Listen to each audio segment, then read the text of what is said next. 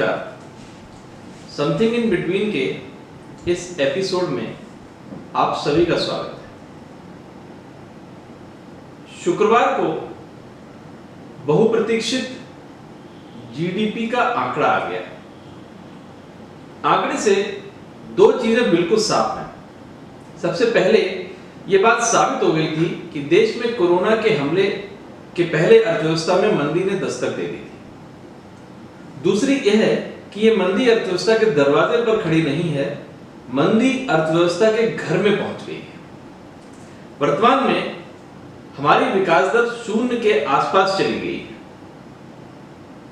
क्या आंकड़े वास्तव में डराने वाले हैं? तस्वीर तो यही कहती है। बस जरा इसे समझने के लिए आंकड़ों का तुलनात्मक अध्ययन करना जरूरी है। शुक्रवार को 3 तरह के आंकड़े आए। पहला आंकड़ा बीते पूरे वित्तीय वर्ष के जीडीपी ग्रोथ का है। दूसरा चौथी तिमाही मतलब इस साल जनवरी से मार्च तक का, और तीसरा 8 प्रमुख उद्योगों वाले कोर सेक्टर के इंडेक्स का। तीनों ही आंकड़े बताते हैं कि देश की अर्थव्यवस्था की वर्तमान हालत बेहद बुरी है। भविष्य डराने वाला है। लेकिन कैसे, इसे आंकड़ों के माध्यम से समझते हैं। सबसे पहले बीते वित्तीय वर्ष के जीडीपी ग्रोथ पर आते हैं। साल 2019-20 के दौरान जीडीपी ग्रोथ 4.2% रही। इससे बीते करीब 10 सालों तक जीडीपी ग्रोथ औसतन 6.1% रही। साल 2018 तक हम दुनिया की सबसे तेजी से आगे बढ़ने वाली अर्थव्यवस्था थे। तब चिंता इस बात की होती थी कि जीडीपी दर को 2.5 अंक तक कैसे पहुंचाया जाए। मगर चुनावी साल मतलब वर्ष 2019 में ही अर्थव्यवस्था में मंदी की घुसपैठ शुरू हो चुकी थी। जीडीपी ग्रोथ में महज एक साल में 6.1% से गिरकर 4.2% हो जाना मतलब करीब 2% की गिरावट। और क्या कहती है? दिलचस्प यह है कि चुनावी साल में सरकार ने सफल सियासी व्यूहरचना से पूरी अर्थव्यवस्था को मुद्दा बनाने से रोक दिया। चुनावों में दूसरे मुद्दे हावी हो गए। अब बात चौथी तिमाही अर्थात इस साल जनवरी से मार्च महीने तक के जीडीपी ग्रोथ की करते हैं। इस दौरान जीडीपी ग्रोथ घटकर 3.1% रह गई। 3 महीने में ही करीब 1% की गिरावट मतलब नए साल में भी अर्थव्यवस्था को संभालने के सभी कोशिशें हवा हो गई। ध्यान देने वाली बात है कि चौथी तिमाही अर्थात जनवरी से मार्च की अवधि में महज 7 दिन ऐसे हैं जब कोरोना से निपटने के लिए राष्ट्रव्यापी लॉकडाउन घोषित हुआ। लॉकडाउन की घोषणा 24 मार्च को की गई। मतलब अर्थव्यवस्था पर कोरोना की मार महज मार्च के बाकी बचे 7 दिनों पर ही पड़ी। इसी 7 दिनों के झटके के अहम कारण से जीडीपी करीब 1% लुढ़क गई।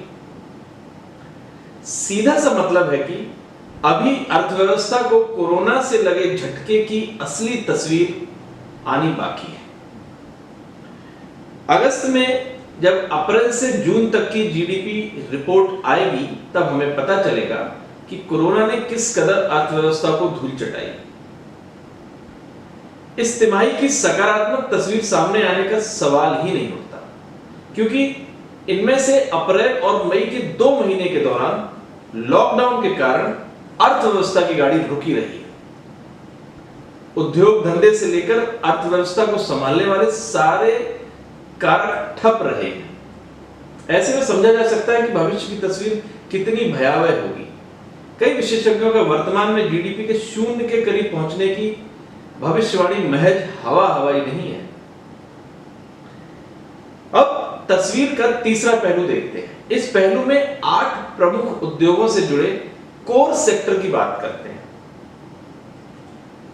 ऐसे कोर सेक्टर जिसे देश की अर्थव्यवस्था की रीढ़ माना जाता है। अप्रैल महीने में इन कोर सेक्टर के इंडेक्स में 38.1% की गिरावट आई है। मार्च महीने में ये गिरावट 9% की थी। मतलब महज 1 महीने के लॉकडाउन के दौरान ही कोर सेक्टर के इंडेक्स में करीब 30% की बड़ी गिरावट आई। इससे साफ पता चलता है कि लॉकडाउन ने इन कोर सेक्टर की हालत क्या कर दी। क्योंकि पूरे मई महीने में भी लॉकडाउन जारी रहा है। ऐसे में इस महीने में इंडेक्स में सुधार की उम्मीद पालना हास्यास्पद होगा। इस दौरान करोड़ों प्रवासी श्रमिकों का महानगर से पलायन हुआ है, लाखों लोगों की नौकरी गई है, जिसकी बची है उनके वेतन में बड़ी कटौती की गई है। इंडेक्स में इतनी बड़ी गिरावट साफ इशारा करती है कि देश में बेरोजगारी की हालत कितनी बदतर हो गई है। सवाल है कि आगे क्या सरकार स्थिति संभाल पाएगी? आंकड़े बता रहे हैं कि अब तक के सरकारी प्रयास तो नाकाम ही साबित हुए। हालात संभालने के लिए सरकार की ओर से घोषित करीब 20 लाख करोड़ के पैकेज का जमीन पर कोई असर नहीं दिख रहा। वह इसलिए कि इस पैकेज का ज्यादातर हिस्सा ऋण उपलब्ध कराने के लिए है।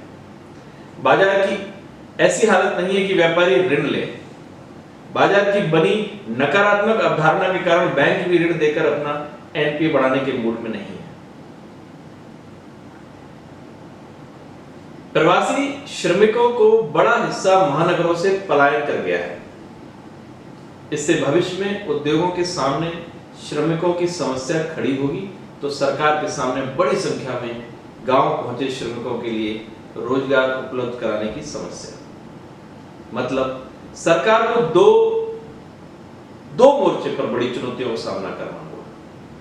मुश्किल यह भी है कि जिन महानगरों पर अर्थव्यवस्था की गाड़ी दौड़ाने की जिम्मेदारी है, ऐसे सभी महानगर कोरोना का भयानक प्रकोप झेल रहे हैं। मुंबई, दिल्ली, अहमदाबाद, चेन्नई, कोलकाता, इंदौर जैसे 11 शहरों में देश भर के करीब 70% कोरोना वायरस से संक्रमित मरीज हैं। समस्या यह है कि इन महानगरों में हालात संभलने के बदले लगातार बिगड़ रहे हैं। ऐसे में इन महानगरों में उद्योग धंधों को पटरी पर लाने की कोई योजना काम नहीं कर रही। फिर कोरोना अब महानगरों के बाद गांव में पैर पसार रहा है। विशेषज्ञ मानते हैं कि आने वाले 3 महीनों में कोरोना का प्रकोप और बढ़ेगा। जाहिर तौर पर फिलहाल मुश्किलों का अंत नहीं दिख रहा है। सरकार कोरोना संभाले या अर्थव्यवस्था? अर्थव्यवस्था संभालने के मामले में सरकार कोरोना से पहले ही असफल साबित रही है। अब जाहिर तौर पर चुनौती दोहरी हो गई है। कोरोना से निपटने के साथ उद्योग को जिंदा करने की दोहरी चुनौती मुंह बाए खड़ी है। देखना दिलचस्प होगा कि हालात से निपटने के लिए क्या सरकार के पास कोई बीच का रास्ता भी है। नमस्कार।